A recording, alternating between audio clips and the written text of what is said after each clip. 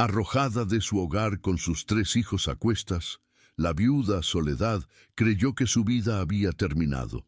No tuvo más opción que refugiarse en el viejo establo abandonado en los límites del pueblo, un lugar que todos decían estaba maldito. Pero lo que nadie imaginaba era el antiguo secreto que encontraría enterrado bajo su suelo podrido, un poder capaz de desafiar a la muerte misma.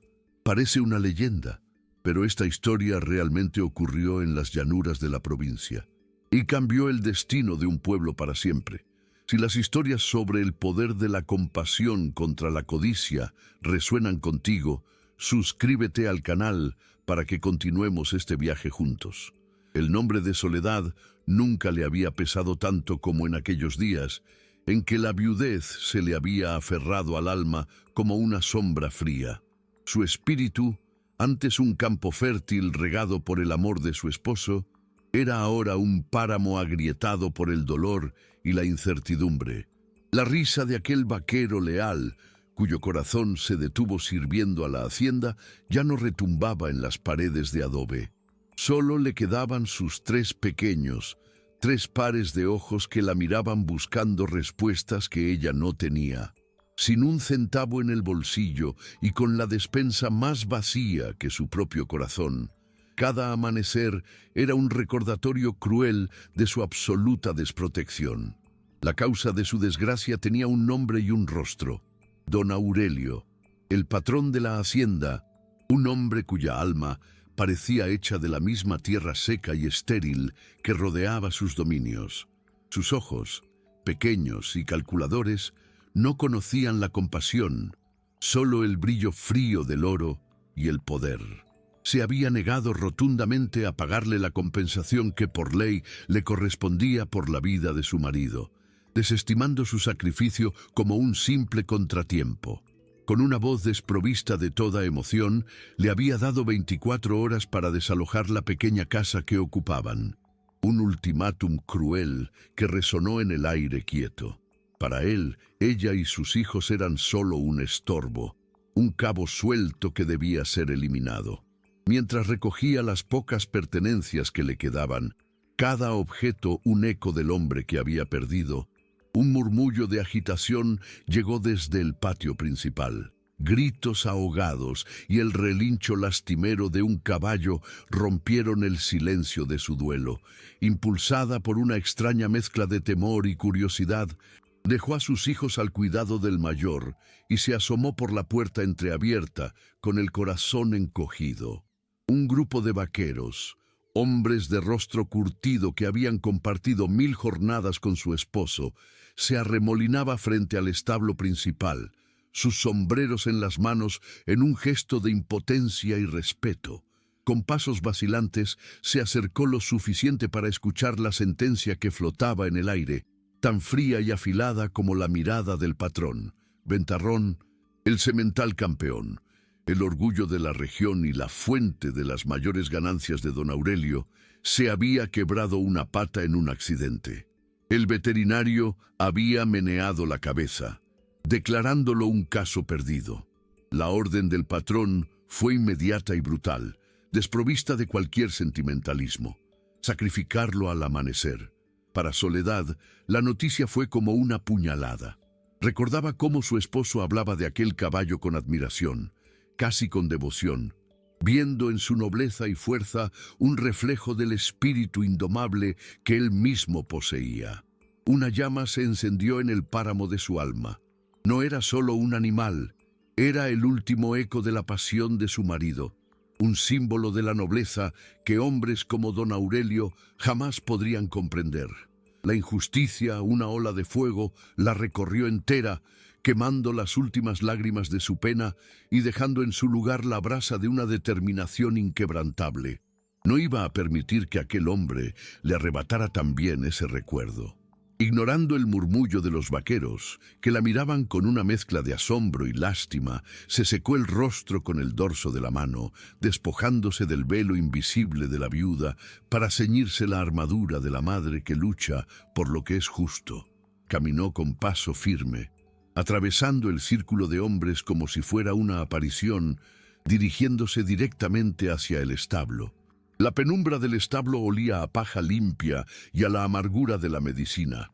Allí estaba Ventarrón, su imponente figura reducida a un temblor de dolor sobre el suelo, con la pata destrozada en un ángulo antinatural. Don Aurelio estaba de pie junto a él, con el rostro contraído por la impaciencia de terminar con el asunto. Al verla entrar, su expresión se endureció aún más. «¿Qué haces aquí, mujer? Lárgate, ya tienes suficientes problemas». Pero Soledad no vaciló. Clavó sus ojos en los del patrón, y por primera vez no había en ellos rastro de miedo, solo una calma helada. «Ese caballo no va a morir», dijo, su voz resonando con una autoridad que dejó a todos en silencio. Una carcajada seca y despectiva fue la respuesta de don Aurelio. «El veterinario lo ha desahuciado. ¿Ahora resulta que la viuda también es curandera?» Soledad dio un paso más. «Conozco la sabiduría de la tierra, la que usted ha olvidado mientras la pisoteaba. Déjeme intentarlo, no tienen nada que perder y yo ya lo he perdido todo». Hubo un silencio denso, cargado de incredulidad. Los vaqueros intercambiaron miradas, atrapados entre la lealtad al recuerdo de su amigo y el temor al patrón. Don Aurelio la observó por un largo momento, una sonrisa torcida dibujándose en sus labios. Vio en la desesperación de Soledad una oportunidad para el entretenimiento, una forma de humillarla públicamente antes de desecharla. «Muy bien, curandera», concedió con un tono burlón que hizo eco en el establo. «Te daré hasta el amanecer. Si para cuando el primer rayo de sol toque esa puerta, el caballo está de pie, te pagaré el doble de la compensación de tu marido y la casa será tuya. Pero si fracasas, te irás de aquí con las manos vacías y me encargaré personalmente de que nadie en todo el valle vuelva a darte ni un trozo de pan». Sin esperar respuesta, se dio media vuelta y salió, dejando tras de sí el peso de su cruel apuesta. Soledad no perdió un instante. El aire del establo cambió en cuanto el patrón se fue, la tensión dando paso a una especie de fervor silencioso. Se arrodilló junto a Ventarrón, ignorando la herida por un momento para susurrarle al oído palabras suaves y tranquilizadoras, las mismas que su esposo usaba para calmar a las bestias más salvajes. Luego se giró hacia los vaqueros, que permanecían inmóviles como estatuas de sal. Su voz, aunque suave, era firme como el acero. «Juan, necesito agua caliente y trapos limpios. Pedro, corre al arroyo y tráeme hojas de consuelda y corteza de sauce, las reconocerás. Y vosotros», dijo mirando a los demás, «necesito maderas planas y fuertes y tiras de cuero». Ahora, despertados de su letargo por su repentina autoridad, los hombres se dispersaron sin una palabra, movidos por un respeto renovado y una chispa de esperanza que se negaba a morir. El establo se transformó en una sala de curas improvisada, impregnada por el vapor del agua caliente y el aroma terroso de las hierbas. Soledad trabajaba con una destreza que nadie le conocía, una sabiduría ancestral que parecía fluir a través de sus manos. Mientras los hombres sostenían el farol, ella limpió la terrible herida con una delicadeza infinita, susurrándole al caballo promesas de prados verdes y viento libre. Con las hojas y la corteza machacadas, preparó una pasta espesa y aromática, un emplasto que aplicó sobre la fractura con la reverencia de un ritual sagrado. La voz de Soledad era un bálsamo que parecía mitigar el dolor de la bestia. Ventarrón, que antes se retorcía en agonía, se mantuvo extrañamente quieto bajo su tacto, sus grandes ojos fijos en ella con una expresión de confianza absoluta. Bajo su dirección, los hombres, cuyas manos estaban acostumbradas a la rudeza del lazo y la marca, se movían con una precisión inusitada, colocando las tablillas de madera a cada lado de la pata y asegurándolas firmemente con las tiras de cuero, creando un aparato rústico pero firme. Las horas se arrastraron, pesadas y lentas, marcadas solo por el parpadeo del farol que proyectaba sombras danzantes en las paredes de adobe. Soledad no se apartó del lado de Ventarrón ni un instante. Le humedecía el hocico, le cambiaba los trapos y vigilaba su respiración con una concentración absoluta. El agotamiento comenzaba a hacer mella en ella, pero sus ojos ardían con una determinación febril. No luchaba solo por un caballo, sino por la dignidad que le habían negado, por el futuro de sus hijos que dormían ajenos a la batalla que su madre libraba en la oscuridad. Los vaqueros, en un pacto silencioso de lealtad, montaron guardia a la entrada del establo. Se turnaron para mantener el fuego. Le llevaron café caliente y una manta para cubrir sus hombros, convirtiéndose en los guardianes silenciosos de su vigilia. Afuera, la noche comenzaba a ceder, tiñendo el horizonte de un gris pálido y expectante. El plazo de don Aurelio se acercaba como una sombra inexorable. Un filo anaranjado cortó la oscuridad del horizonte, anunciando la llegada del alba y el fin del plazo. Como si fuera una señal, la figura de don Aurelio se recortó contra la luz naciente, flanqueado por dos de sus capataces. Caminó con la arrogancia de quien se sabe vencedor, una sonrisa de suficiencia torciéndole los labios. Su voz, cargada de un regocijo cruel, rompió el silencio tenso. El sol ya está aquí, Soledad. Espero que hayas disfrutado tu última noche bajo mi techo. Sus ojos pasaron de la mujer, pálida y agotada, pero con la espalda recta, al bulto inmóvil del caballo en el suelo. La sonrisa de triunfo se le ensanchó. Justo en ese momento, el primer rayo de sol atravesó la puerta abierta y dibujó una línea dorada en el suelo de paja, justo a los pies de Ventarrón. El plazo se había cumplido, pero Soledad no le prestó atención. Se acercó al oído del semental y le susurró con una ternura feroz. Palabras que solo ellos dos podían entender. Ahora, Ventarrón, demuéstrale quién eres. Levántate por el hombre que te admiraba. Levántate por nosotros. El caballo pareció comprender. Un temblor recorrió su cuerpo. Con un quejido profundo que resonó en el pecho de todos los presentes, apoyó el peso en sus patas delanteras. Los músculos de su cuello se tensaron como cuerdas de acero. Los vaqueros dieron un paso al frente, un muro de hombres listos para intervenir, pero la mirada de Soledad los detuvo. Esta era una batalla que Ventarrón debía ganar por sí mismo. Por un instante pareció que iba a ceder, pero entonces, con un impulso monumental, se irguió. Primero las patas delanteras, luego un esfuerzo agónico para levantar la grupa. La pata entablillada tocó el suelo con cautela, soportando una fracción de su peso. Ventarrón vaciló. Su cuerpo se balanceó, pero se mantuvo.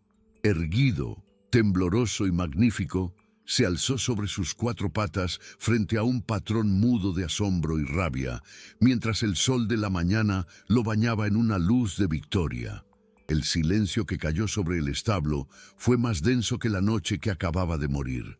El rostro de don Aurelio era una máscara de incredulidad que se resquebrajaba para dar paso a la furia pura y lívida.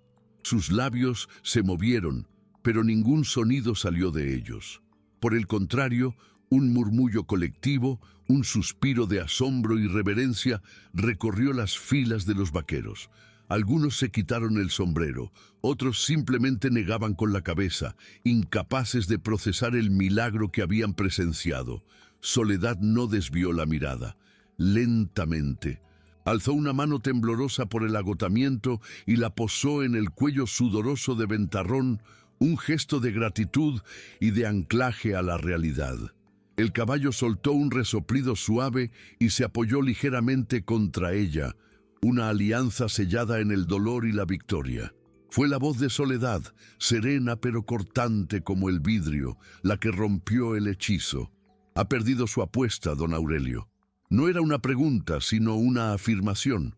El patrón apretó los puños hasta que los nudillos se le pusieron blancos, su orgullo herido de muerte, batallando contra la evidencia innegable. Estaba atrapado por su propia arrogancia, su palabra empeñada frente a todos sus hombres. Con un gruñido, que fue casi un rugido de animal herido, se volvió hacia uno de sus capataces. Págale a la mujer lo que le corresponde, el doble, y la casa es suya.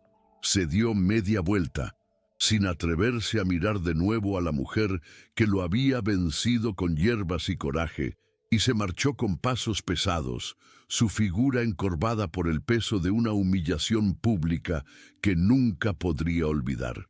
En el establo, bañado por la luz de un nuevo día, ya nadie miraba a Soledad como a la viuda desamparada, sino como a la guardiana de una sabiduría tan antigua y poderosa como la tierra misma. Cuando la figura de don Aurelio se perdió en la distancia, el aire del establo pareció vibrar con una energía nueva. Los vaqueros, liberados de la mirada opresiva del patrón, rodearon a Soledad. Ya no había lástima en sus ojos, sino una profunda admiración que rozaba la devoción. Juan, el más viejo, el que más había compartido con su esposo, se quitó el sombrero con un gesto solemne. Él siempre dijo que usted tenía la fuerza de la montaña, doña Soledad. Hoy nos lo ha demostrado a todos. El capataz, con un ademán torpe que mezclaba el cumplimiento de una orden con un respeto recién nacido, le entregó una pesada bolsa de cuero que tintineó con la promesa de una nueva vida. Soledad la tomó, sintiendo un peso que era más que el de las monedas. Era el peso de la justicia, del futuro asegurado. Con un leve asentimiento, les agradeció a todos. «Ahora hay que cuidar de él», dijo, mirando a Ventarrón, que resoplaba tranquilo. La promesa de ayuda de los hombres fue unánime, un juramento silencioso de lealtad a la nueva matriarca de la hacienda. Dejando a Ventarrón al cuidado de sus nuevos y feroces protectores, Soledad caminó de vuelta a su casa. El sol de la mañana ya no se sentía como una amenaza que marcaba un plazo, sino como una caricia cálida sobre su piel cansada. Al cruzar el umbral, el pequeño espacio ya no olía a despedida, sino a hogar. Sus 3 hijos comenzaban a despertar, frotándose los ojos, ajenos al cataclismo que su madre había navegado durante la noche. El mayor la miró, notando las huellas del agotamiento en su rostro, pero también una luz en sus ojos, una llama que no había visto desde la muerte de su padre. Ella no dijo nada, simplemente los abrazó, a los 3 a la vez, en un círculo apretado que olía a hierbas, a caballo y a victoria. Sosteniendo a sus hijos, con la bolsa de monedas sobre la mesa y la certeza de un techo sobre sus cabezas, Soledad supo que el páramo de su alma había encontrado su primera fuente. No estaba sola, y por primera vez en mucho tiempo, el amanecer no traía consigo el miedo, sino la promesa. La noticia de lo ocurrido en el establo corrió como pólvora por todo el valle. No se hablaba de una simple curación, sino de un milagro. Los mismos vaqueros que presenciaron el evento se convirtieron en los heraldos de la hazaña. Sus voces llenas de un asombro casi religioso al describir cómo la viuda desamparada se había enfrentado al patrón y había arrancado al semental de las garras de la muerte con hierbas y susurros. El nombre de Soledad dejó de ser sinónimo de pena para convertirse en leyenda. La gente de los ranchos vecinos comenzó a mirarla con una nueva reverencia. Ya no era solo la mujer de un vaquero muerto, sino la guardiana de Ventarrón, la que conocía los secretos de la tierra. Mientras tanto, el caballo campeón se recuperaba lentamente bajo sus cuidados, cada día un poco más firme sobre su pata entablillada, su mera existencia un monumento viviente al coraje de la mujer que lo salvó. Mientras la fama de Soledad florecía, el rencor de don Aurelio echaba raíces profundas y venenosas. Encerrado en su casona, cada historia que le llegaba sobre el respeto que la mujer inspiraba era como sal en su herida abierta. La humillación pública le había carcomido el alma, transformando su arrogancia en una obsesión fría y calculadora. No podía atacarla directamente. La había convertido sin querer en una heroína popular y cualquier agresión física solo la elevaría a la categoría de mártir. Por eso, su venganza sería más sutil, más insidiosa. Empezó a sembrar la semilla de la desconfianza, susurrando en los oídos adecuados, los del cura del pueblo y los de otros hacendados, que lo de Soledad no era sabiduría, sino brujería. No era un don de la tierra, sino un pacto con fuerzas oscuras. Su plan era simple. Si no podía quebrar su espíritu, envenenaría el mundo que la rodeaba hasta que todos la vieran no como una sanadora, sino como una amenaza.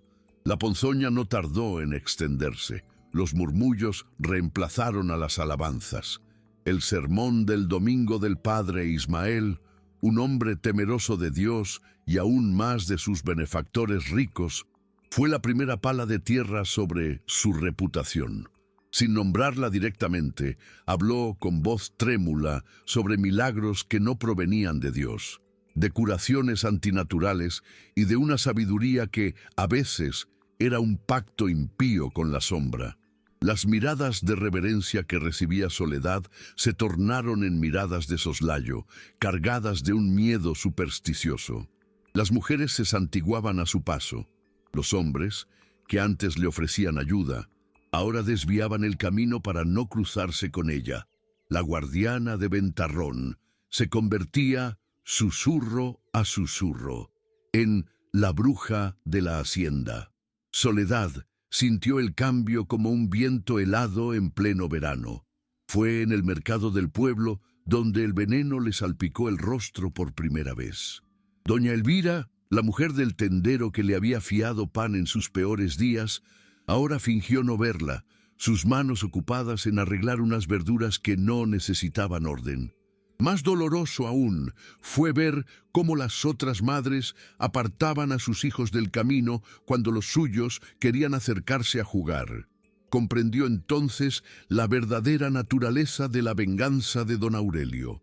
No necesitaba un arma para destruirla, solo necesitaba envenenar el pozo del que todos bebían, aislarla hasta que la soledad volviera a ser su único y verdadero nombre. Esa noche, mientras Ventarrón daba sus primeros pasos firmes sin las tablillas y sus hijos dormían, Soledad no rezó pidiendo ayuda. Afuera, la luna era un filo de plata en la oscuridad. Ella afiló su propio coraje, un arma silenciosa forjada en la injusticia. La venganza de don Aurelio no tardó en mostrar sus colmillos más afilados, y lo hizo de la forma más cruel, a través de la inocencia. Fue su hijo más pequeño quien cayó enfermo, con una fiebre que ardía como el resentimiento del patrón y una tos que le desgarraba el pecho. Soledad recurrió a sus conocimientos, a las mismas hierbas que habían salvado a Ventarrón, preparando infusiones y emplastos con manos temblorosas pero expertas.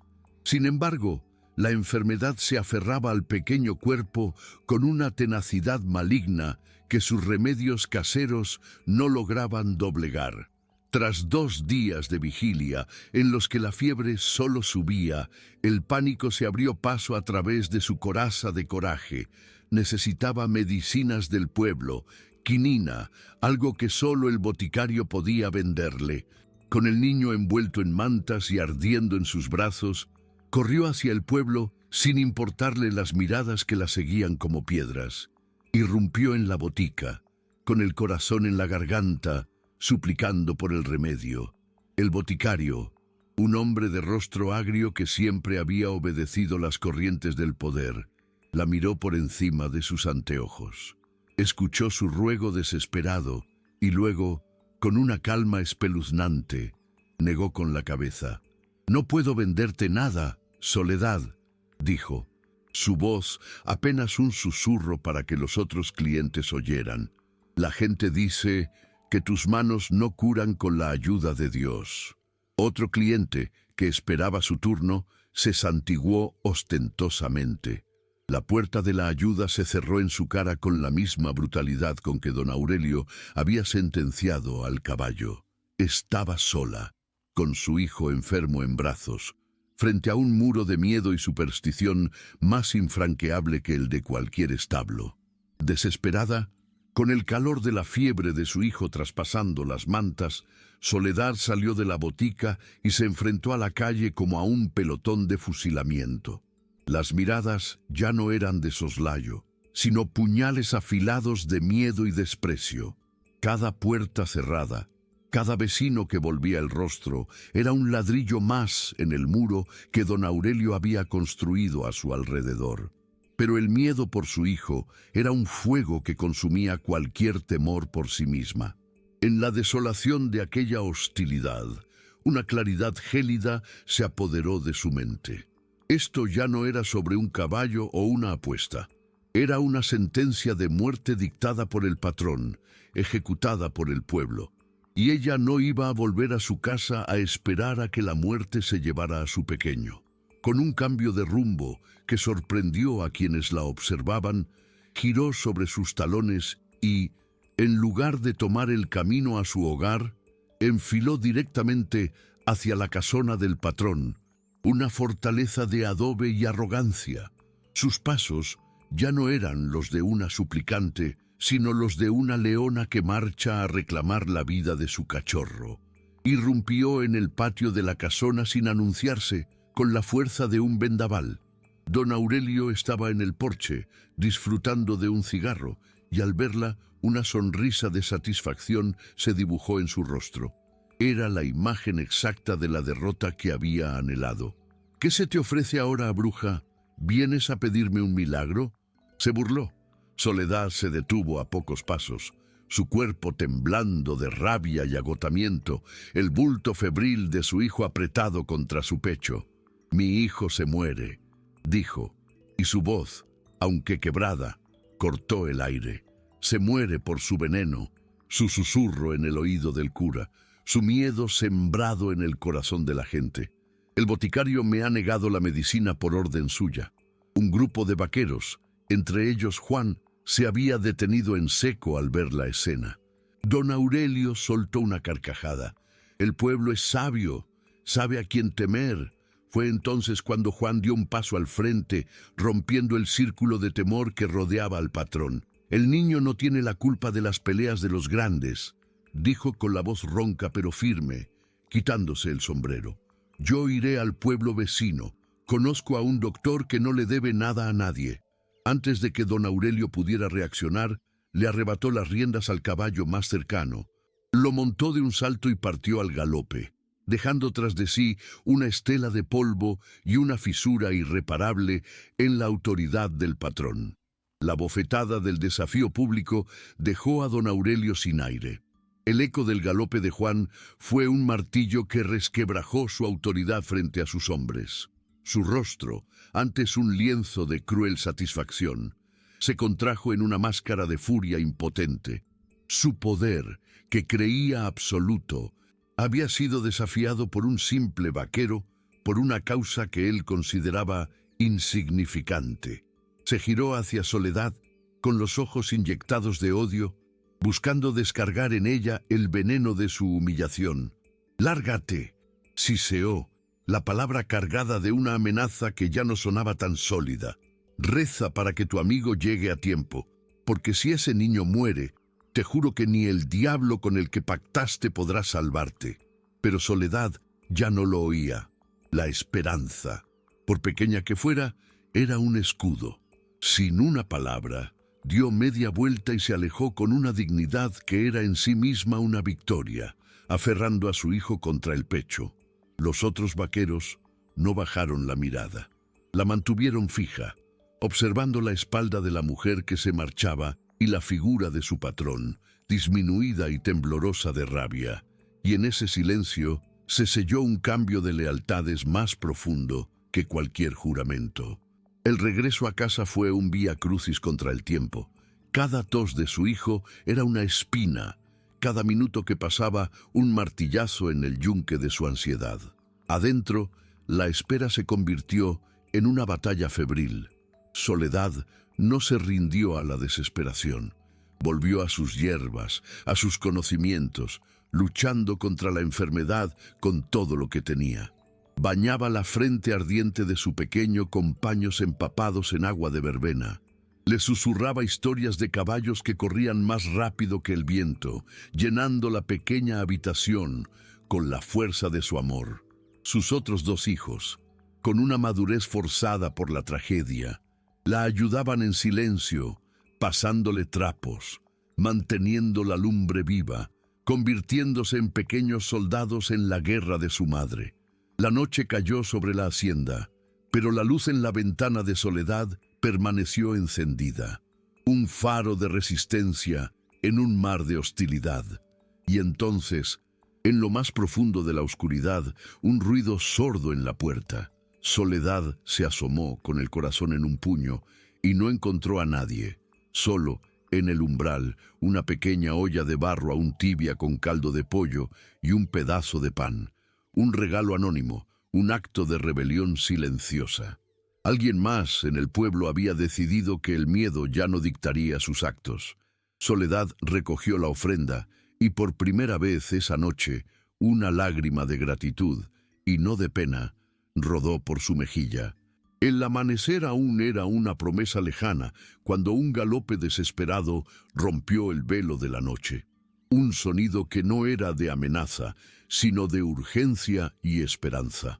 Soledad se precipitó a la puerta, con el corazón galopando al mismo ritmo que los cascos. La figura exhausta de Juan se materializó en la penumbra, su caballo cubierto de espuma y jadeando. Detrás de él, desmontando con una agilidad sorprendente para su edad, venía un hombre mayor, de mirada serena y maletín de cuero gastado. «Lo traje, doña Soledad», dijo Juan, con la voz rota por el esfuerzo. El doctor no perdió tiempo. «Permítame pasar, señora. Cada segundo cuenta». Sin más preámbulos, el hombre de ciencia entró en la humilde casa, que de pronto se sintió como el único santuario en un mundo hostil, el último bastión donde la vida se aferraba con uñas y dientes. El doctor trabajó con una eficiencia silenciosa que imponía respeto. Examinó al niño, escuchó su pecho con el estetoscopio y asintió al ver los emplastos y oler las infusiones de Soledad. «Ha hecho bien, señora. Lo ha mantenido estable, pero esto es una infección pulmonar severa. Necesita más que hierbas». De su maletín extrajo un pequeño frasco de cristal y una jeringuilla, instrumentos que parecían ajenos y milagrosos en aquel rincón olvidado.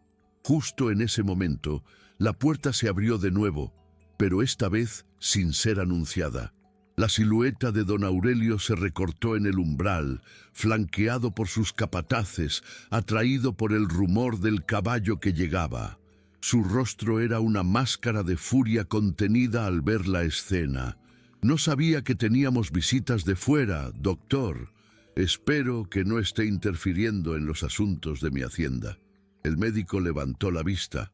Sus ojos claros y firmes no mostraron ni una pizca de temor. «Mi único asunto es salvar la vida de este niño, señor. Si eso interfiere con algo, el problema no es mío».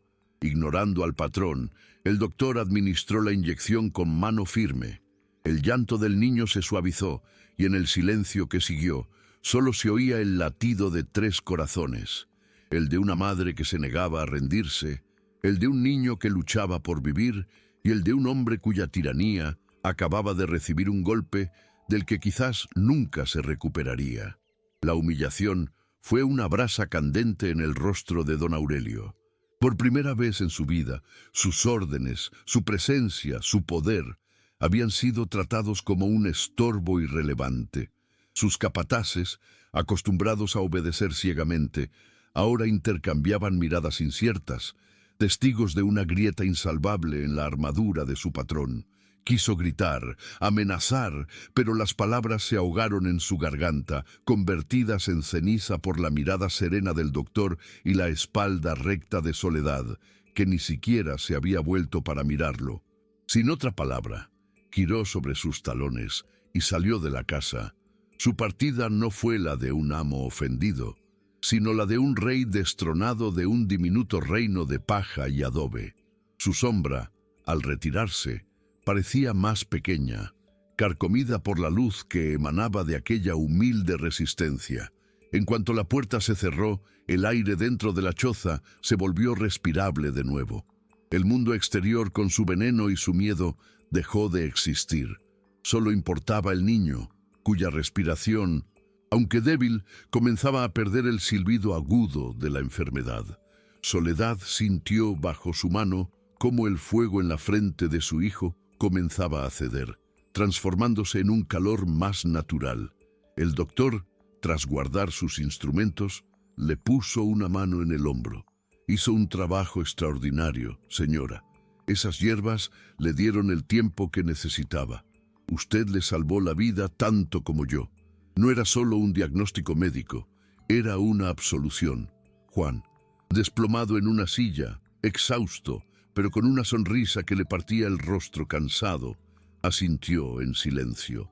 En el centro de la habitación, alrededor de la pequeña cama, se había formado una nueva alianza, una trinidad improbable de coraje, ciencia y lealtad, velando el sueño sanador del niño. El doctor se marchó con las primeras luces del día, pero no sin antes dejarle a Soledad un pequeño frasco con medicina y unas palabras que pesaban más que el oro. Su conocimiento de la tierra es tan valioso como el mío de los libros, señora. Nunca deje que nadie le diga lo contrario. Su partida fue el punto final del largo asedio. La historia del desafío de Juan y la llegada del médico se desbordó de la hacienda como un río crecido. Los mismos vaqueros que presenciaron la humillación de don Aurelio se convirtieron en sus pregoneros, y su relato no llevaba el tinte del chisme, sino el peso de un testimonio. La palabra del doctor, un hombre de ciencia, era un antídoto demasiado potente para el veneno de la superstición. El miedo que había aislado a Soledad se transformó en una vergüenza colectiva. Las ofrendas comenzaron a aparecer en su puerta, tímidas al principio. Una canasta con huevos, un queso fresco dejado por una vecina que no se atrevió a dar la cara. El boticario, con el rostro pálido, envió a un muchacho con la quinina que antes le había negado, sin cobrarle un centavo. El muro de hostilidad no se derrumbó, simplemente se disolvió. Mientras la comunidad comenzaba a tejer una red de apoyo alrededor de Soledad, don Aurelio se encerraba en una prisión de su propia amargura. Ya no se le veía pasear por sus tierras con aire de dueño del mundo. La casona se convirtió en su fortaleza y su tumba. Sus hombres cumplían las órdenes con una eficiencia fría, pero la lealtad se había evaporado. Sus miradas y su respeto ahora se dirigían a la pequeña casa de Soledad, convertida en el nuevo corazón de la hacienda. Y como un recordatorio constante, visible para todos, estaba Ventarrón, el semental ya completamente recuperado. Galopaba en el corral principal, su pata fuerte como una columna de roble, su pelaje brillante bajo el sol. Cada relincho era un eco de la apuesta perdida, cada pisada firme una burla al poder desmoronado del patrón. Soledad no había conquistado la hacienda, simplemente había reclamado su alma, dejando al hombre que intentó destruirla como un rey fantasma en un castillo vacío. Las semanas que siguieron cimentaron la leyenda y demolieron el viejo orden. La casa de Soledad se convirtió en un punto de peregrinaje silencioso. Ya no solo le llevaban ofrendas, sino también sus problemas. Un vaquero llegaba con una yegua que no podía parir, una mujer con un niño cuya tos no se curaba. Soledad los recibía a todos con la misma serenidad, compartiendo sus conocimientos sin pedir nada a cambio, aunque su despensa nunca volvió a estar vacía. Se creó a su alrededor una economía de gratitud y respeto que funcionaba al margen del patrón. Un sistema más fuerte, porque estaba unido por lazos de humanidad y no por el látigo del miedo. Su pequeño hogar, lleno de vida y del aroma de las hierbas, se había convertido en la verdadera casa principal de la hacienda, mientras la casona de don Aurelio se volvía cada vez más silenciosa y fantasmal. Desde la ventana de su despacho, don Aurelio observaba esta lenta y humillante transferencia de poder. Cada risa que llegaba desde la casa de la viuda, cada vaquero que pasaba frente a su porche sin siquiera levantar la vista para saludarlo, era una nueva vuelta del cuchillo en su orgullo. La hacienda, descuidada por su obsesión, comenzaba a resentirse. Los negocios se estancaban. Los hombres trabajaban sin alma y el nombre de su propiedad, antes sinónimo de poder, ahora se asociaba a su vergonzosa derrota. La locura, alimentada por el rencor y el aislamiento, terminó por encontrar una salida.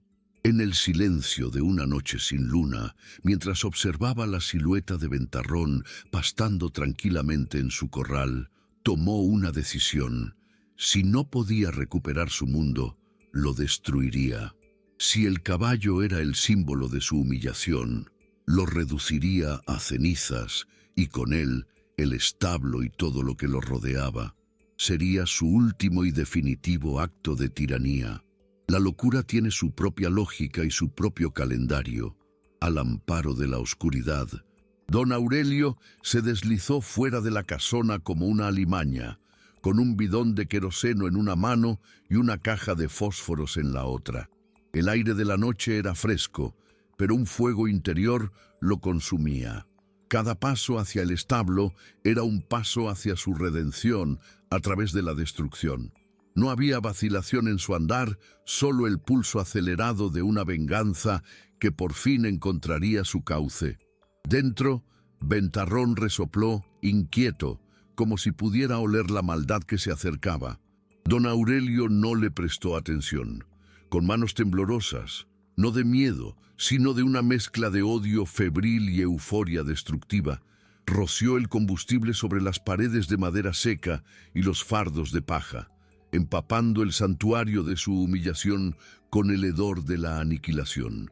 Luego, con un gesto teatral que nadie presenció, rasgó un fósforo. La repentina llamarada iluminó por un instante su rostro, transfigurado en una máscara de locura, antes de arrojarlo al suelo.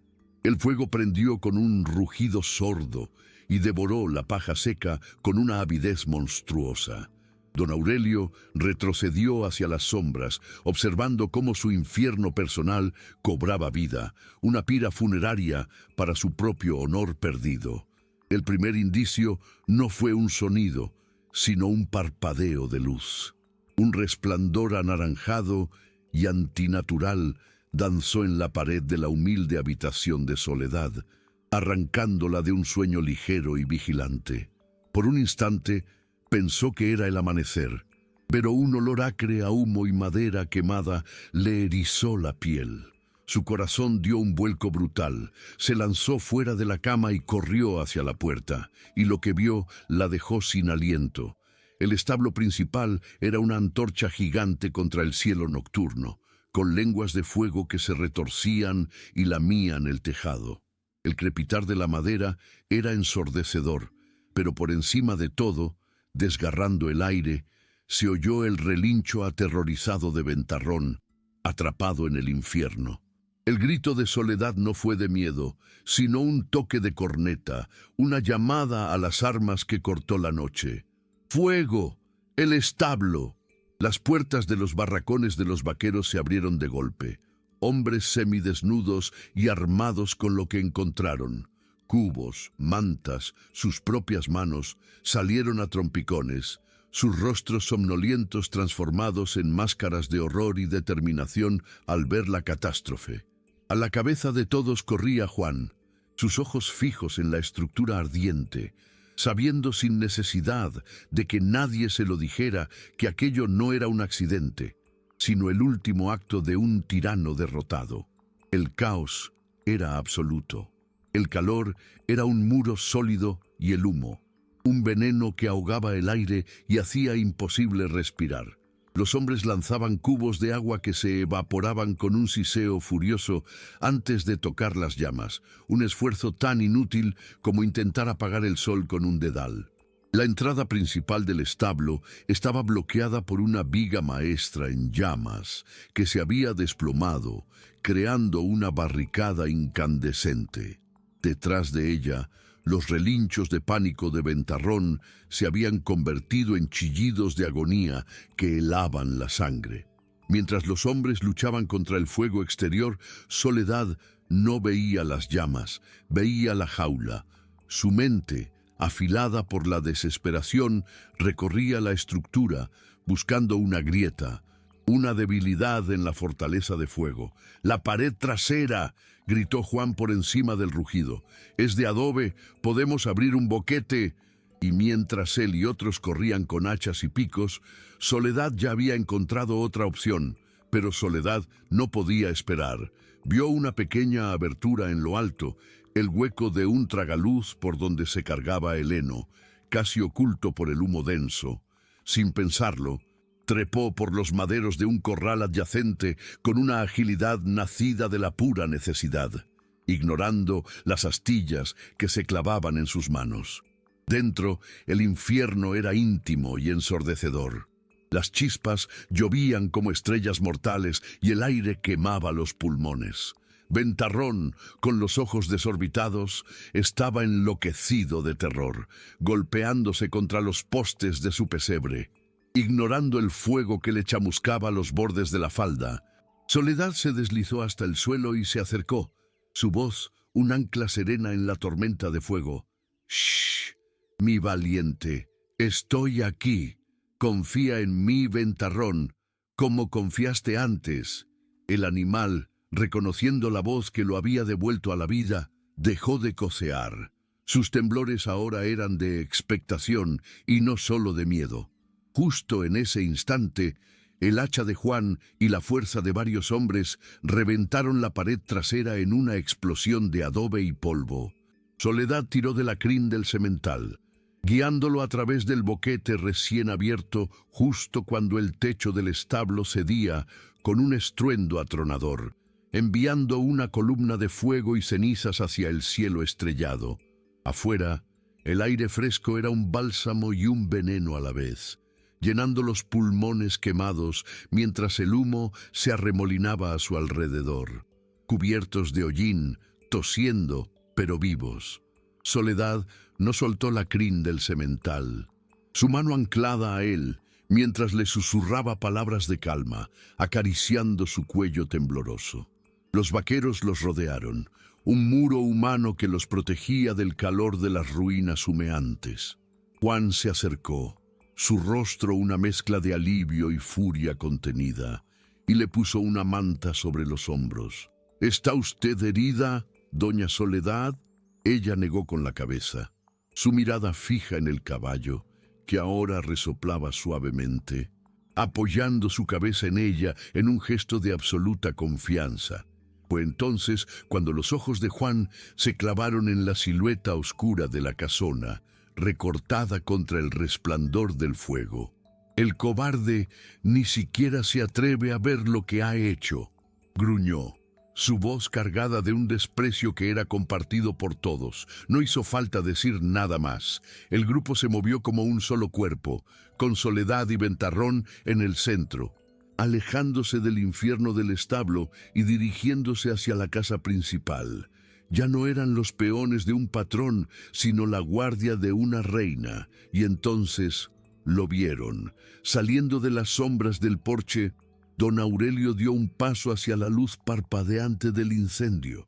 No era la figura imponente de un hacendado, sino un espectro encorvado, con el hollín manchándole el rostro y los ojos vacíos reflejando las llamas. Se detuvieron a una distancia respetuosa, formando un semicírculo silencioso y acusador. El patrón los miró, su vista pasando del caballo a la mujer, y una risa rota, un sonido hueco y sin alegría, escapó de sus labios. Fue Soledad quien habló. Su voz, ni fuerte ni débil, simplemente llena del peso de todo lo ocurrido. Todo esto, dijo, con una calma que era más devastadora que cualquier grito, por un caballo. Don Aurelio no respondió. La risa se ahogó en su garganta, sin mirar a nadie más. Se dio media vuelta y caminó lentamente hacia la oscuridad de su casa, un rey que se exiliaba en su propio palacio en ruinas. Nadie lo detuvo. Su reino había terminado. La noche no terminó con la retirada de don Aurelio, sino con el trabajo colectivo. Nadie dio una orden, pero una jerarquía natural, forjada en el respeto y la crisis, se impuso. Juan dirigía a los hombres que formaron una cadena humana desde el pozo hasta las ruinas humeantes, apagando los últimos rescoldos que amenazaban con reavivarse. Las mujeres salieron de sus casas, trayendo agua para los hombres sedientos y atendiendo las quemaduras leves con remedios caseros. Fue un bautismo de fuego para la nueva comunidad, un esfuerzo conjunto que selló en las cenizas del viejo establo el fin de una era de miedo. Soledad permaneció junto a Ventarrón, cuya calma era un espejo de la suya, observando cómo la primera luz de la alborada revelaba la devastación, pero también la silueta de hombres y mujeres trabajando juntos, no como siervos, sino como dueños de su propio destino. La casona del patrón permanecía oscura y silenciosa, un mausoleo aislado del mundo vivo que renacía a su alrededor. Cuando el sol ya se había levantado, iluminando el esqueleto carbonizado de lo que fue el orgullo de la hacienda, Juan se acercó a Soledad. Se quitó el sombrero, cubierto de hollín, y su gesto fue imitado por los demás vaqueros que se congregaron a su alrededor. No había necesidad de muchas palabras. Él ya no es nuestro patrón, doña Soledad, dijo Juan. Su voz ronca por el humo y la emoción. Esta tierra, estos animales, son nuestro trabajo, nuestra vida, pero no sabemos cómo seguir. Necesitamos una guía. Todas las miradas se posaron en ella, no con súplica, sino con una esperanza firme. Soledad miró sus rostros cansados, pero decididos. Miró a sus propios hijos que se aferraban a su falda, y luego su vista se posó en el horizonte, en las tierras que se extendían bajo el sol. Entonces seguiremos, respondió con una sencillez que era más poderosa que cualquier decreto. La tierra no espera a los patrones. El ganado tiene que comer, y nosotros tenemos que reconstruir, lo haremos juntos. No era una toma de poder, sino la aceptación de una responsabilidad. En ese momento, sobre la tierra quemada, la hacienda dejó de tener un dueño para tener un corazón, y no hubo descanso. Con los primeros rayos de sol calentando sus espaldas cubiertas de hollín, la hacienda se convirtió en un hormiguero de actividad febril y ordenada. Soledad no dirigía con órdenes, sino con preguntas y gestos que invitaban a la colaboración. ¿Dónde podemos reubicar a las yeguas preñadas? ¿Quién sabe de carpintería? Juan, organice un grupo para rescatar el metal que haya sobrevivido al fuego. Los hombres y mujeres, que durante años solo habían sabido obedecer, ahora aportaban ideas, discutían las mejores maderas, el lugar más protegido para levantar el nuevo establo. Compartieron el pan y el café en medio de las ruinas, y el sabor del esfuerzo colectivo era más dulce que cualquier manjar servido en la mesa del patrón. Desde la casona, ninguna luz se encendió, ninguna voz se alzó. El silencio de don Aurelio era la confirmación de su abdicación. Su mundo ardía y él se había convertido en un fantasma sordo y mudo en su interior. Los días que siguieron se midieron no en horas, sino en vigas levantadas y adobes colocados. El nuevo establo, erigido por las manos de todos, no se construyó exactamente en el mismo lugar, sino un poco más cerca de las casas de los vaqueros, como si la comunidad reclamara físicamente su centro. Ventarrón observaba la construcción desde un corral improvisado, su presencia un talismán de esperanza. Fue en la quinta mañana cuando se notó el cambio. La puerta principal de la casona, siempre cerrada con celo, estaba entreabierta, meciéndose con la brisa. La curiosidad, más fuerte que el viejo temor, llevó a Juan y a otros 2 vaqueros a investigar. La casa estaba vacía. No había signos de lucha, solo un orden fantasmal y el eco de una ausencia definitiva. En la mesa del comedor había una bolsa con el pago del último mes para todos los trabajadores y las escrituras de la hacienda, puestas a nombre de Soledad. Don Aurelio se había marchado en mitad de la noche, llevándose solo su caballo personal y su orgullo hecho cenizas. No hubo celebración, solo un profundo y colectivo suspiro de alivio. El aire, por fin, estaba limpio. Juan le llevó las escrituras, extendiéndoselas con una solemnidad que no se reservaba para un simple papel, sino para la entrega de un cetro. Soledad las tomó, sus dedos manchados de tierra y ceniza, rozando el nombre del antiguo patrón. No sintió un ápice de triunfo, solo el peso abrumador de la responsabilidad. Miró a los rostros que la rodeaban, expectantes, y vio en sus ojos no la sumisión que le ofrecían a don Aurelio, sino un lazo de confianza y respeto mutuo. No querían una nueva patrona, querían mantener a su guía. «Este papel no cambia nada», dijo finalmente, su voz clara sobre el murmullo del viento. «La tierra no pertenece a quien tiene el título, sino a quien la trabaja y la cuida con sus propias manos». Dobló el documento y lo guardó en el bolsillo de su delantal, un gesto simple que sellaba el fin de la tiranía y el comienzo de una promesa. Y sin más ceremonia, se volvió hacia las vigas del nuevo establo. Había mucho que hacer. Los meses se convirtieron en estaciones, y la hacienda, bajo el cuidado de Soledad y su gente, floreció como nunca antes. La tierra, liberada del yugo de la codicia, parecía respirar más hondo, dando cosechas más abundantes y pastos más verdes.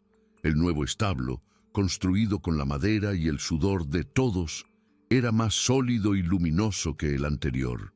Ventarrón, el semental cuya tragedia había sido la semilla de todo, ahora corría libre en el potrero más grande, y junto a él un par de potrillos de pelaje brillante, su legado, eran la prueba viviente de que la vida siempre se abre paso.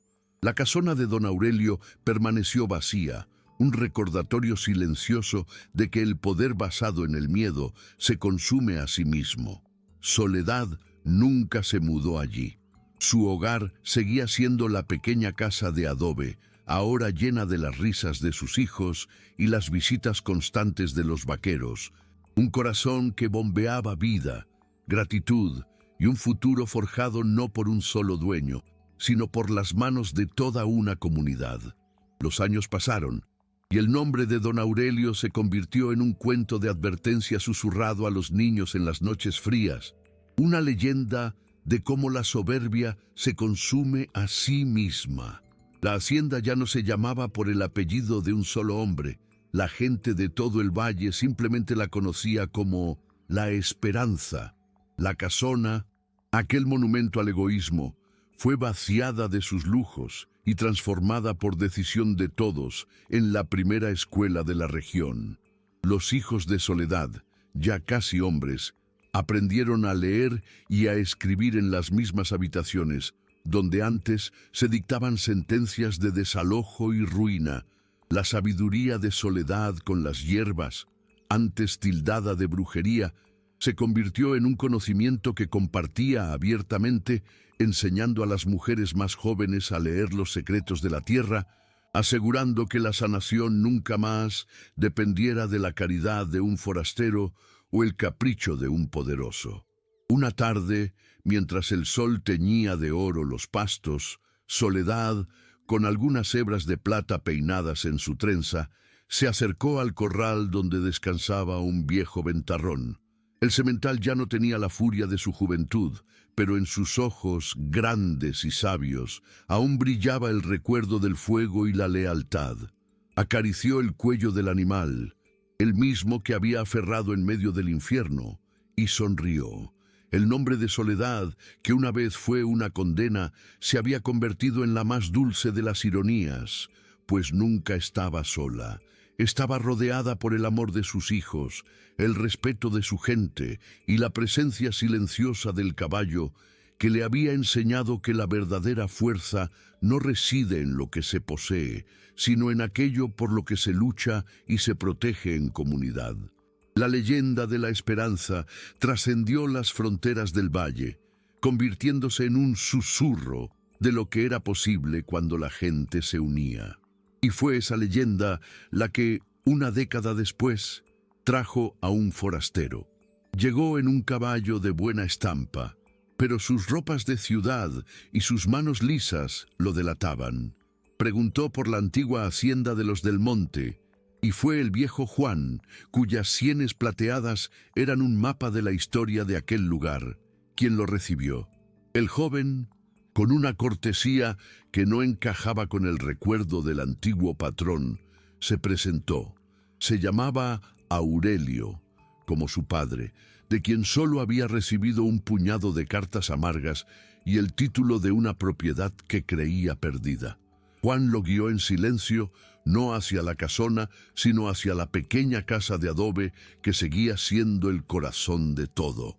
En el camino pasaron junto a la escuela, de donde salía un murmullo de niños recitando el abecedario. El joven Aurelio observó la escena, su rostro una mezcla de confusión y asombro. Encontraron a Soledad sentada en el porche, desgranando maíz, rodeada por dos de sus nietos. Al verlo, no hubo en sus ojos sorpresa ni rencor, solo una calma profunda.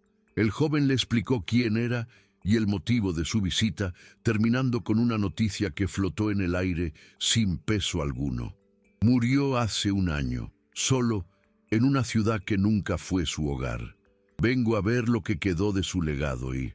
Soledad dejó el maíz a un lado. Miró los campos verdes, el establo nuevo y los rostros de su gente. Su padre dejó atrás una tierra, dijo con voz suave. Nosotros la convertimos en un hogar. Bienvenido, Aurelio. Vea usted mismo nuestro legado. Aurelio caminó junto a ella, con el viejo Juan siguiéndolos a una distancia prudente. No fue un recorrido de dueño a heredero, sino de jardinera a visitante. Soledad no le mostró registros de ganado, ni le habló de ganancias. Le mostró el sistema de riego por goteo que los propios vaqueros habían diseñado para ahorrar agua del arroyo.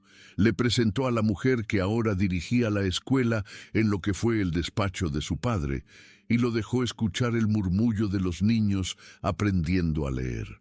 Cada persona que se cruzaban saludaba a Soledad con un cariño familiar y a él con una curiosidad desprovista de rencor. El joven Aurelio, que había llegado con la armadura de la cortesía y la sospecha, la sentía resquebrajarse con cada paso. Lo que veía no era una hacienda usurpada, sino una tierra que por fin respiraba. El aire no olía a miedo, sino a pan recién horneado, a tierra húmeda y a futuro. Finalmente lo llevó al gran potrero. Allí, bajo la sombra de un mezquite, pastaba un semental cuyos años se notaban en el gris de su hocico, pero cuya estampa seguía siendo la de un rey. Ventarrón, él dijo Soledad, y el nombre resonó en el aire con el peso de una leyenda. Aurelio contuvo el aliento.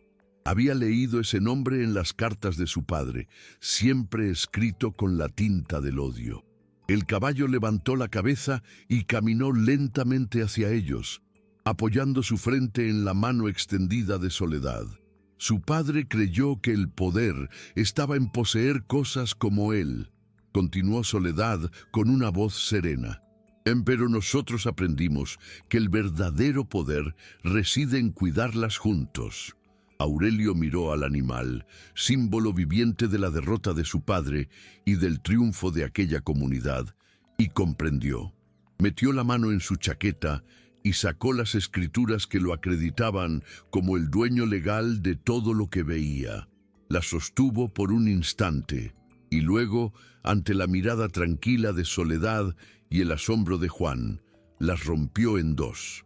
Este papel es el testamento de un rey muerto, dijo, su voz por fin libre del peso de su apellido. Permítanme quedarme, no para reclamar nada, sino para aprender a construir. La mirada serena de Soledad no vaciló.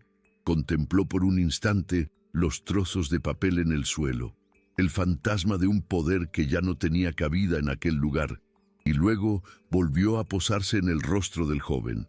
No había triunfo en sus ojos, sino la sabiduría de quien sabe que los verdaderos cimientos no se escriben en documentos.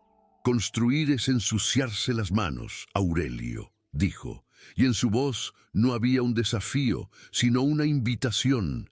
Aquí todos tienen un lugar en la mesa, si traen consigo el sudor de su trabajo y el respeto en el corazón. El pasado no puede desenterrarse, pero el futuro se siembra cada día. Juan, que había observado la escena con el aliento contenido, soltó el aire lentamente, y un casi imperceptible asentimiento de su cabeza fue la señal de que la comunidad, a través de su miembro más antiguo, aceptaba los términos de aquella rendición sin guerra. Y así comenzó. Al día siguiente, antes de que el sol se asomara por completo, Aurelio recibió de manos de Juan un par de guantes de trabajo gastados y un martillo. Su primera tarea no fue en la contaduría ni revisando los libros, fue reparar el tramo de cerca del potrero norte, un trabajo monótono y agotador bajo un sol que no conocía apellidos. Sus manos, acostumbradas a la pluma y a los cubiertos de plata, se llenaron de ampollas a la primera hora. Los vaqueros pasaban, lo observaban de reojo sin una palabra de burla, pero tampoco de lástima. Lo estaban midiendo, no por el nombre de su padre, sino por la tenacidad de sus brazos y la humildad de su silencio. Al final del día, cubierto de polvo, con el cuerpo dolorido y la cerca apenas a medio reparar, Aurelio no sintió humillación, sino el extraño y profundo orgullo de haber creado algo tangible, aunque fuera imperfecto, con sus propias manos. Había comenzado a pagar una deuda que no era suya, pero cuya redención sentía como propia. Las noches le traían el castigo del dolor físico, pero los días, un bautismo de tierra y sudor que limpiaba lentamente las capas de una vida que ya no le pertenecía. Nadie le ofreció un trato especial, pero tampoco lo hostigaron con el fantasma de su padre. Simplemente le daban una tarea y esperaban que la cumpliera. Se convirtió en una sombra silenciosa que aprendía a distinguir el canto de los pájaros que anunciaban la lluvia, el olor de la tierra que pedía agua y la mirada de un animal enfermo. Fue Juan quien, después de una semana de verlo luchar torpemente con un poste, se acercó y, sin una palabra, le ajustó la postura y el agarre, un gesto seco, práctico, que valía más que 1000 discursos de bienvenida. Soledad lo observaba todo desde la distancia, desde el umbral de su casa o mientras cuidaba su huerto. No intervenía. Sabía que la redención, como las hierbas, necesita su propio tiempo para echar raíces en la tierra correcta. El punto de inflexión llegó una tarde, al final de una jornada particularmente brutal, reparando el techo del granero bajo el sol implacable. Mientras Aurelio se lavaba el rostro y los brazos en la bomba de agua, preparándose para su cena solitaria, una de las mujeres, esposa de un vaquero, le tendió un plato de guiso humeante. «Coma con nosotros, muchacho», dijo, con una sencillez que desarmaba. «El trabajo duro da hambre». Esa noche, por primera vez, se sentó en el círculo de los hombres junto a la fogata. Las conversaciones no giraron en torno a él, sino que lo incluyeron como una pieza más del engranaje que movía la hacienda. Se habló de la sequía que se avecinaba, de una yegua a punto de parir, de los planes para el nuevo sembradío. Escuchando sus voces, compartiendo su pan, Aurelio comprendió que el legado de su padre no era la tierra, sino la soledad, y él, por fin, la había dejado atrás. Ya no era el heredero de un fantasma, Era simplemente un hombre más de la esperanza. Las estaciones pasaron su página sobre la esperanza, y con ellas Aurelio se despojó de las últimas pieles del hombre que había sido. Los callos en sus manos se convirtieron en el testimonio de su penitencia y de su pertenencia, y su nombre, desprovisto del apellido paterno, se volvió una palabra común en la boca de los vaqueros, dicha sin reverencia ni desprecio, sino con la familiaridad reservada a uno de los suyos. El respeto tácito que se había ganado a golpe de martillo y sudor era un bálsamo para su alma. Sin embargo, fue Soledad quien vio que su verdadera redención no estaba en negar por completo quién era, sino en transformar su legado. Una tarde, mientras él le ayudaba a trazar los surcos para una nueva siembra de hortalizas, ella se detuvo. El sudor de la frente es tan valioso como el de la espalda, Aurelio, le dijo, mirándolo a los ojos. La tierra necesita brazos fuertes, pero un hogar necesita una mente clara para proteger lo que esos brazos construyen. Hay libros de cuentas que nadie entiende y tratos en el pueblo que se nos escapan. Tu padre usó los números como un arma. Enséñanos a usarlos como un escudo. Aurelio no ocupó el despacho de su padre. En su lugar, habilitó una pequeña mesa en un cuarto contiguo a la escuela, un espacio modesto y abierto a todos. Allí, con una paciencia que él mismo no sabía que poseía, comenzó su segunda labor. Le enseñó a la mujer de Juan a llevar un registro de los gastos. Ayudó al hijo mayor de Soledad a redactar una carta para un proveedor de semillas y, en las ferias del pueblo, su habilidad para negociar contratos justos duplicó los beneficios de la cosecha. No impuso su conocimiento, lo compartió. Los mismos vaqueros que antes lo medían por su resistencia física, ahora le consultaban sobre la mejor época para vender el ganado, mezclando su sabiduría de la tierra con la lógica de los números. Una tarde, mientras el sol se ponía, Soledad lo encontró sentado en los escalones de la escuela, viendo a los niños correr hacia sus casas. Él levantó la vista y le sonrió, una sonrisa genuina, sin sombras. En ese instante, ambos supieron que el ciclo se había completado.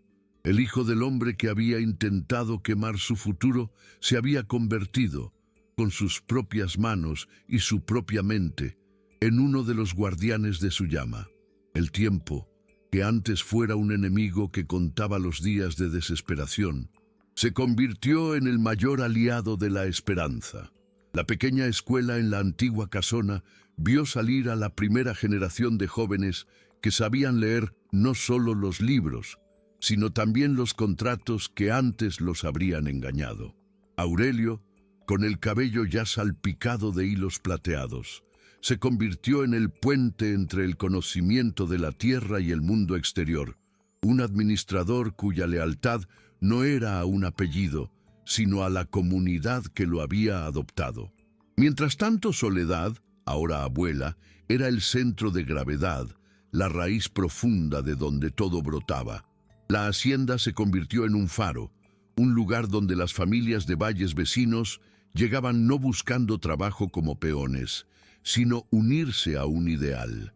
Su historia ya no era un cuento de hadas, sino un mapa, una guía para otros que soñaban en transformar la tierra en hogar. En una tarde de otoño, cuando el aire olía a tierra húmeda y a cosecha terminada, Soledad caminó lentamente hacia el gran potrero. Allí, bajo el sol poniente que pintaba el cielo de tonos miel y púrpura, estaba Ventarrón. Su pelaje, antes negro como la noche, era ahora un manto gris, y sus movimientos eran lentos, medidos por la edad. El viejo semental levantó la cabeza y caminó a su encuentro, apoyando la frente en su mano con la misma confianza de décadas atrás. Mientras acariciaba el rostro del animal, que había sido el inicio y el símbolo de todo, Soledad miró al horizonte, vio las luces encenderse en las casas, escuchó la risa lejana de sus nietos y sintió la paz profunda de una promesa cumplida. No habían conquistado una hacienda. Habían cultivado una familia regada con coraje y cimentada en la certeza de que la verdadera riqueza nunca estuvo en la tierra, sino en los lazos que se crean para protegerla. Y en el centro de todo, siempre estuvo la alianza silenciosa entre una mujer y su caballo. El final de la era llegó como llegan las estaciones, sin estridencias, con una certeza tranquila. Una mañana, al llevarle su ración de alfalfa, Soledad encontró a Ventarrón recostado en la paja, con la respiración lenta y profunda. No había dolor en sus ojos, solo un cansancio inmenso, el agotamiento honorable de una vida plena. Ella se sentó a su lado, como en aquella primera noche de fuego y hierbas, y apoyó una mano en su cuello. No hubo palabras, solo el lenguaje silencioso que siempre los había unido. Poco a poco, la gente de la hacienda fue llegando, formando un círculo de respeto a su alrededor. Vieron a Aurelio, ya no el forastero, sino uno más de ellos, quitarse el sombrero en un gesto solemne. El viejo semental levantó la cabeza por última vez y la apoyó en el regazo de Soledad. Su último aliento fue un suspiro suave que se mezcló con la brisa de la mañana, y el corazón que había desafiado a la muerte, al fuego y a la tiranía, por fin se detuvo.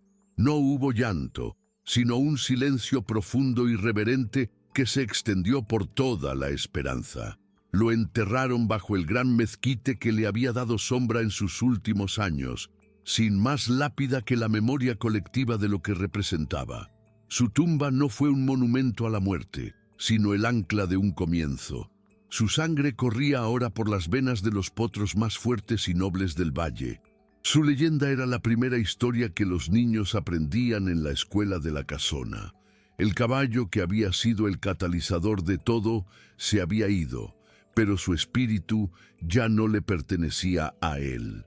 Se había transferido a la tierra, a la comunidad, a cada hombre y mujer que se levantaba cada día para trabajar no por un patrón, sino por un hogar. Ya no necesitaban el símbolo, porque se habían convertido en su significado. Una comunidad forjada en la defensa de la vida y unida por la fuerza de la esperanza. Esa noche, la fogata comunal ardió con una llama más suave, más introspectiva. No se contaron cuentos ni se cantaron canciones. En su lugar, los más viejos compartieron recuerdos, no del caballo como animal, sino como catalizador. Hablaron de la noche de la apuesta, del coraje de Soledad, del desafío de Juan, del incendio que los unió en las cenizas. Se dieron cuenta de que no lloraban la pérdida de un símbolo, porque el símbolo ya se había vuelto carne y hueso en cada uno de ellos. Soledad, sentada un poco aparte con Aurelio a su lado, observaba los rostros iluminados por el fuego y comprendía. Ventarrón había sido el espejo en el que se miraron para descubrir una fuerza que no sabían que poseían. Al mirar hacia el corral, vio a un potro joven, nieto del campeón, piafar con una energía inquieta, sus ojos negros reflejando las llamas. La chispa de Ventarrón no se había extinguido, simplemente se había multiplicado. Los años terminaron de tejer su manto de plata sobre el cabello de Soledad, convirtiéndola en la matriarca silenciosa de la esperanza. Ya no trabajaba la tierra con sus manos, sino que la cultivaba con su sabiduría, sentada en el porche de su pequeña casa, que seguía siendo el verdadero centro de todo. Sus nietos correteaban donde una vez reinó la desesperación y aprendían la historia no de un libro, sino de los labios de la mujer que la había forjado. Una tarde, uno de los más pequeños le preguntó por qué, si su nombre era Soledad, nunca estaba sola. Ella sonrió, una sonrisa que contenía el recuerdo de todas las batallas, y mirando a la comunidad que se movía en armonía bajo el sol del atardecer, respondió: porque un día aprendimos que la soledad se cura construyendo un hogar lo suficientemente grande para todos. Y mientras su voz, ahora frágil pero firme, comenzaba a narrar una vez más la leyenda de un semental indomable, comprendió que el verdadero milagro no fue sanar a un caballo, sino enseñarle a un pueblo entero a sostenerse sobre sus propios pies, juntos. El tiempo, que ya no corría sino que fluía como un río manso, terminó por llevarse las últimas fuerzas de Soledad. No murió en la casona, que seguía siendo la escuela vibrante de la comunidad, sino en su pequeña casa de adobe, en la misma cama donde había llorado su viudez y velado la fiebre de su hijo. No se fue sola. Durante sus últimos días, el porche se llenó de un peregrinaje silencioso. Hombres y mujeres, cuyos hijos y nietos ahora corrían por esas tierras, se turnaban para sentarse con ella, no con la tristeza de una despedida, sino con la gratitud serena de quien acompaña una cosecha a su final natural. Aurelio, con el cabello completamente blanco, le leía por las tardes, no de los libros de cuentas, sino de poemas que hablaban de la tierra y del viento. En su última mañana, con la luz del alba entrando por la ventana, sus ojos se encontraron con los de él y con una sonrisa apenas perceptible, asintió como si aprobara el trabajo de un buen capataz. Su último suspiro no fue de soledad, sino de plenitud. La historia de Soledad nos enseña que la enterraron junto a Ventarrón, bajo la sombra protectora del mismo mezquite, uniendo en la tierra los dos corazones que habían hecho renacer la hacienda. Décadas después, cuando la Esperanza era ya una cooperativa próspera y un modelo de justicia en toda la región, era costumbre que los más jóvenes escucharan la historia completa de labios de un anciano Aurelio. Sentado entre las dos tumbas sencillas, con la casona convertida en escuela a sus espaldas y los campos verdes extendiéndose hasta donde alcanzaba la vista, su voz narraba la leyenda. No hablaba de un patrón derrotado y una viuda triunfante, sino del milagro de la comunidad, de la alquimia que transforma el miedo en coraje y la soledad en un hogar. Y al terminar, siempre señalaba el horizonte, y el espíritu de un caballo campeón seguía galopando en cada ráfaga de viento, mientras la fuerza de una mujer indomable había echado raíces tan profundas que la propia tierra había aprendido a llamarse Esperanza. Si este mensaje tocó tu corazón, suscríbete y comparte, para que más personas descubran el verdadero valor de la compasión contra la codicia.